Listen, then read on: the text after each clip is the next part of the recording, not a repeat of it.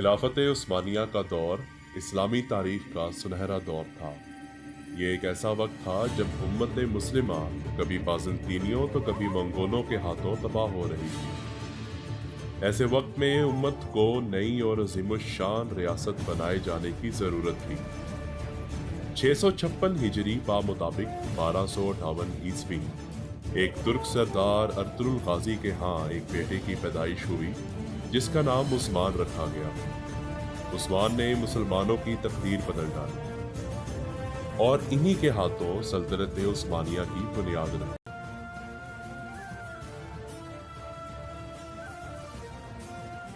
قائی قبیلہ اناطولیہ کے سلجوق باغات سوغت میں آباد تھا۔ ارطغرل غازی جب بیمار پڑا تو اپنا قبیلہ اپنے بھائی دندار کے حوالے کر گیا، جنہوں نے 25 سال تک قبیلہ میں امن و سکون کی فضا قائم رکھی۔ دندار کے حکم پر عثمان اپنے ساتھی عباس کے ساتھ تجارت کے لیے قلعہ قراجہ حصار روانہ ہوا۔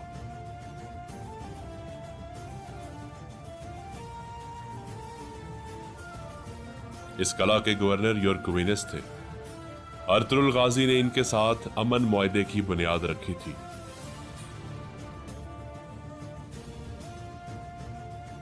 عثمان اس معاہدے کے خلاف تھا۔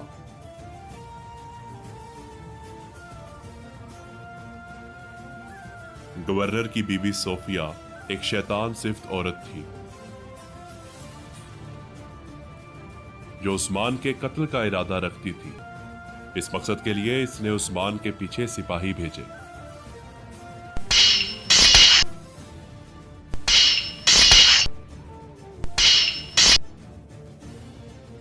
جس کے نتیجے میں عباس قتل اور عثمان زخمی ہو گیا۔